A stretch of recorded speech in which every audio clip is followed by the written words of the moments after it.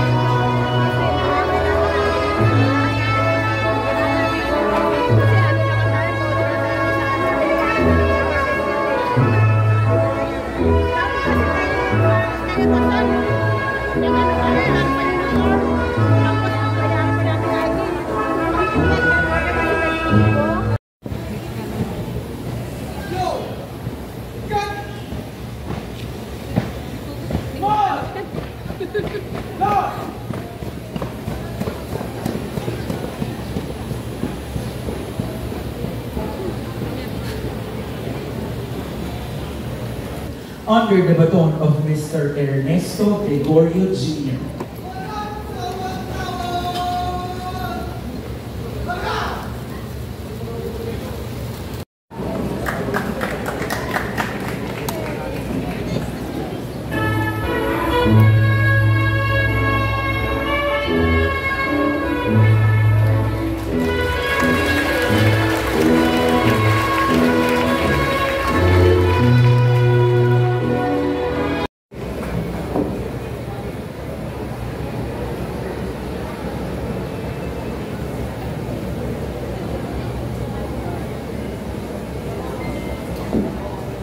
blessed and victorious afternoon to each and everyone. I will start my message by asking our completers a question. If I were to give you a moment to picture or envision your life 10 years from now, how would it look like? Ano kaya yung itsura ng buhay na yan 10 taon mula ngayon? Bibigyan ko kayo ng ilang segundo para pag-isipan at i-envision yung future na yan. Yan ba ay isang future kung saan natupad na ninyo ang propesyon na pinapangarap nyo mula nung kayo ay mga mumunting bata pa lang? O di kaya naman ay nakuha na ninyo ang posisyon sa kampanya na nais ninyong pasukan? Pwede rin kaya na ang future na ito, 10 years from now, ay naitayo na ninyo ang negosyo na inaasam-asam ng inyong pamilya. Pwede rin kaya na naikot na ninyo ang mga dream destinations ninyo. Meron na ba kayong mga dream destinations? Meron? Sa Pilipinas ba yan? Yung iba yes, yung iba no. Saang bahagi o anong bansa ba yan? Wow, may narinig ako mula dito, Japan. Ano ba? Yung iba? Ha? Korea. Okay. Yung iba ba United States of America? O isa sa mga malalaking mga bansa sa Europa? Tama? Europe? Alam nyo, ang laki ng mundo, no? Ang daming mga kultura at tradisyon. Ang nakakatuwang madiskubre. Nakakatuwang ma-explore. Posible ba na ang buhay na yan na inyong nai-imagine 10 taon mo lang na ipatayo na ninyo ang inyong dream house o nabili na ninyo ang inyong dream car na pinapangarap ng inyong mga kapatid? Pwede rin kaya na ang future na ito ay kung ikaw ay isang performer, nagtatanghal ka sa isang malaking-malaking entablado, pinapanood ka ng libo-libong mga fans. Kung ikaw naman ay isang atleta ay nakapag-uwi ka na ng napakaraming medalya mula sa mga national at international competitions na iyong nasalihan. Ang sarap ng mangarap at kayo ay hinahamon ko na mangarap ng mataas. Dito sa lungsod natin, meron tayong slogan, Think big, dream big.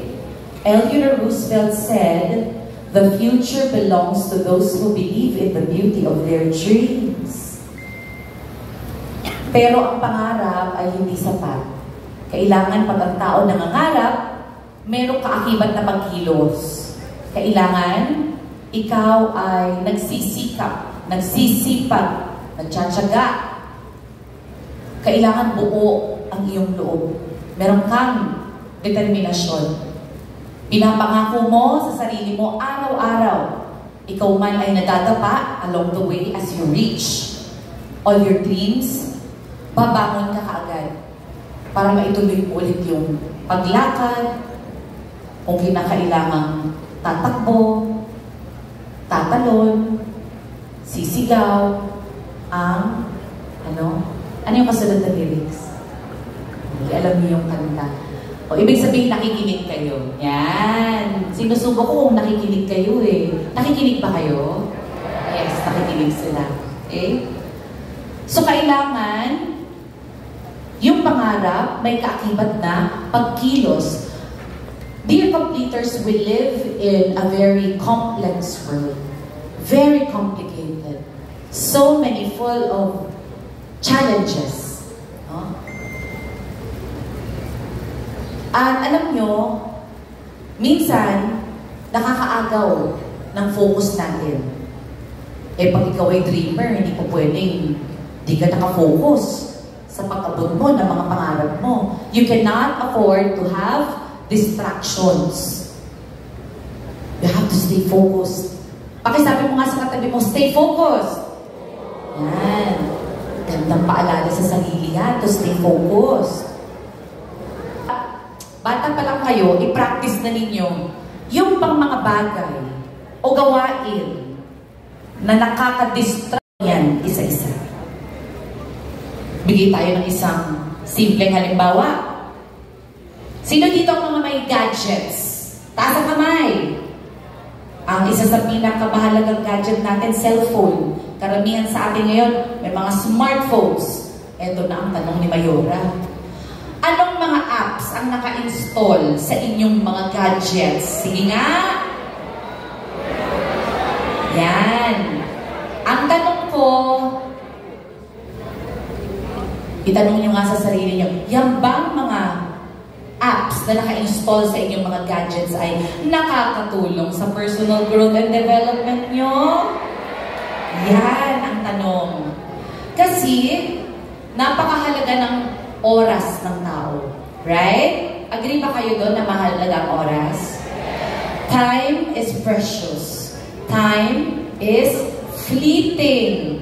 That's why we have to be smart with how we use time. Kung tingin ninyo na may mga bagay na ginagawa kayo na hindi nakakatulong sa personal growth and development at nakaka-distract lang, anong gagawin? Iiwan na isa-isa. You have to stay focused. Sino dito sa inyo ang nagpaplano? Taas ang kamay. Parang walang nagtataas. Wala nang pa-isa. Uulitin ko ha. Sino sa inyo dito ang nagpaplano? Medyo dumami na. Yung nagtaas ng kamay. Uy, mahalaga ang magplano ha. Mahalaga ang magplano sa buhay. Bakit mahalaga ang magplano eh? Sa panahon nga ngayon eh, nagpaplano ka na. Hindi pa rin nagaganap yung mga gusto mong mangyari. How much more kung hindi ka nagpaplano? The future is uncertain. That's why we have to plan. And when we plan, we have to plan well. And we have to plan ahead. Okay? Mahalaga ang plano. Nakasalig sa sarili mo lang kaalaman at kakayahan.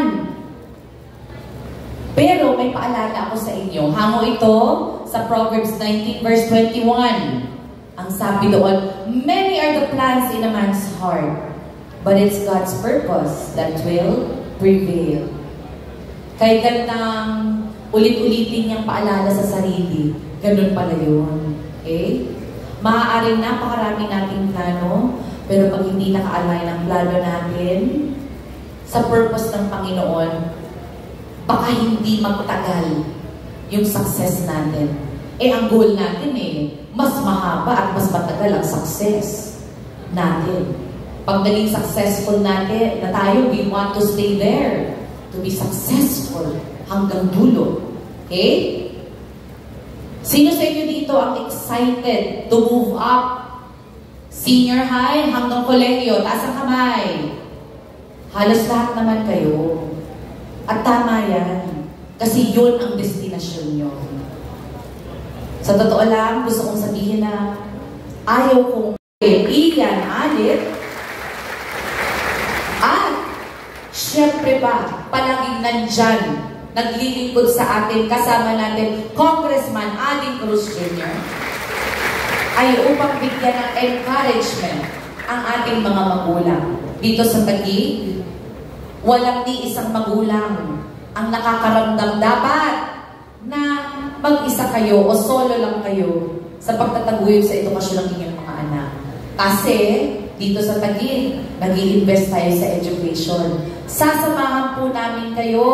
Sasamahan kayo ng lokal na pamahalaan ng Taguig hanggang mapagtapos natin ang pag-aaral sa kolehiyo ang mga anak ninyo. No? Yan po ang ating commitment. Yan ang ating kasunduan. Ipapanalangin po namin, mga magulang, ang inyong kapayapaan ng loob, kaligayahan, at higit sa lahat, lakas. Kasiyan kayo ng Diyos ng lakas, ng loob, ng katawan. Dahil malayo pa ang lakbayin ng inyong mga anak. Kailangan kayong magpakatatag para sa inyong mga anak. Siyempre, hindi ko palalampasin ang pagkakataon na hindi bigyang bugay ang ating mga guro. I thank the Department of Education, Division of Taguig and Pateros. We have with us today to represent our Superintendent Dr. Cynthia Ailes. Palakpakan natin ating mga department heads, supervisors, coordinators. Gayon din naman, syempre, nagpapasalamat ako sa ama ng ating paaralan, Dr. Eselito Bataak. Maraming salamat po sa mga kaguruan. Maaari po bang humiling sa mga magulang at sa ating mga completers sa susunod na makakasalamuhan ninyo ang ating mga guro ng bayan? Maging extra appreciative po kayo. Be generous in saying thank you. Bakit? Kasi po, buong mundo,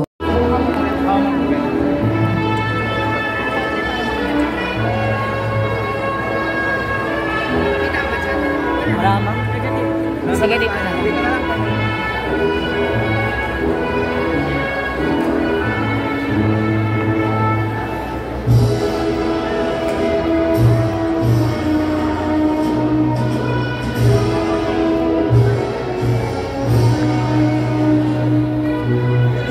We now be seated.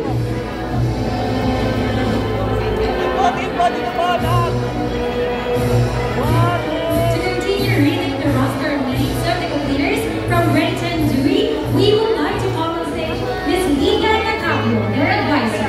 We are also inviting Dr. Rama and Dr. Mataan. Please welcome again Dr. Rowan to go on stage to award certificates of completion.